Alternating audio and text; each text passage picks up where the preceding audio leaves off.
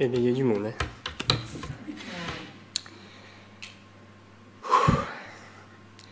Bonjour à tous. Aujourd'hui, je voudrais vous parler de ce que Dieu a fait pour moi et comment, à travers une personne et vous tous ici présents, il m'a sauvé. Pour ceux qui ne me connaissent pas, je m'appelle Elliot, je suis militaire au 3e RPIMA de Carcassonne depuis maintenant 5 ans.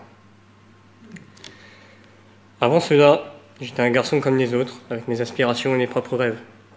L'arrivée du Covid a été très difficile pour ma famille. J'ai donc décidé de m'engager dans l'armée, non pas par vocation, mais pour pouvoir aider mes proches, construire un avenir avec ma copine de l'époque. J'ai passé 6 mois de classe, 6 mois à vivre l'enfer, sûrement l'une des épreuves les plus dures de ma vie. Mais une fois cette étape franchie, au moment où je pensais retrouver ma copine, elle m'a quitté pour un autre homme. J'ai sombré dans une profonde dépression pendant les 3 mois qui ont suivi.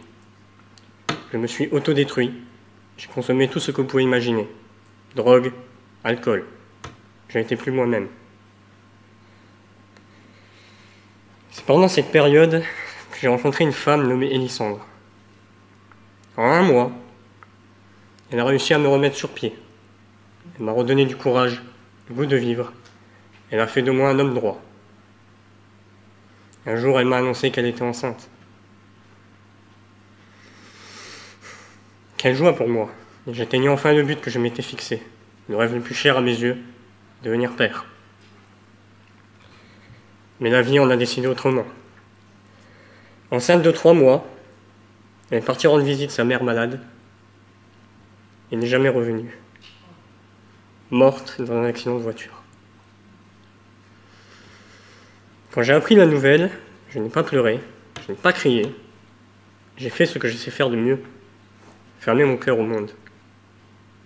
Ignorer mes émotions et avancer, enfermé dans ma colère et ma tristesse. Depuis ce jour, il y a 4 ans, je n'ai plus pleuré. Je n'ai plus ressenti de joie, seulement du vide. J'ai vécu au jour le jour, en tentant de ne plus rien ressentir du tout.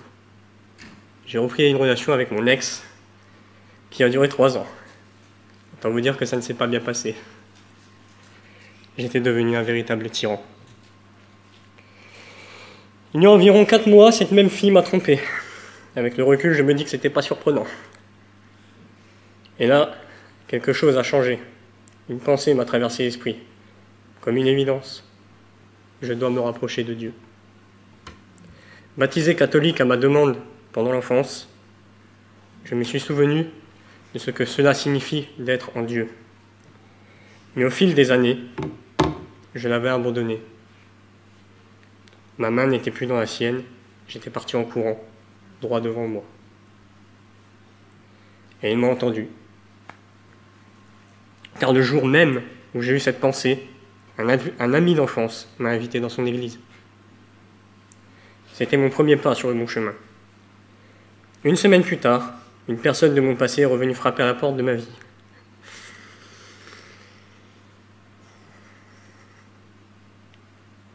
Après plusieurs semaines de conversation, elle m'a parlé de cette église où nous sommes aujourd'hui.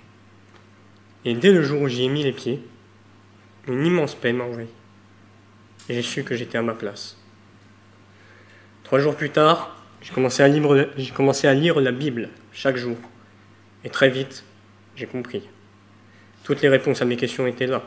C'est comme si tous mes doutes, tous les événements de ma vie prenaient enfin un sens à travers les lignes que je lisais.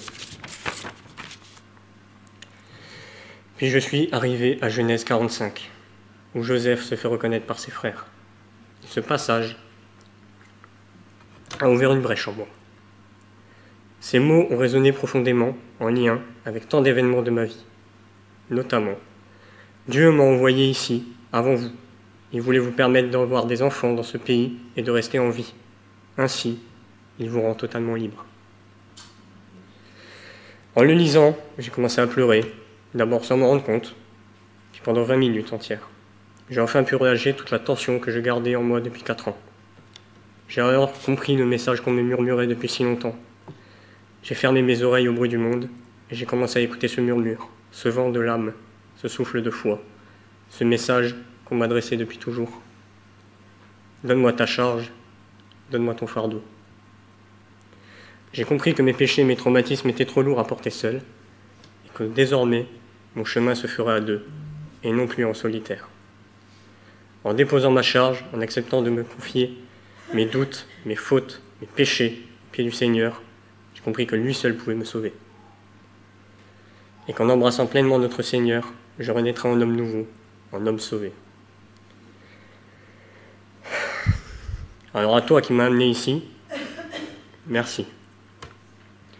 Je ne pense pas que tu te rendes pleinement compte de l'impact que tu as eu sur ma vie.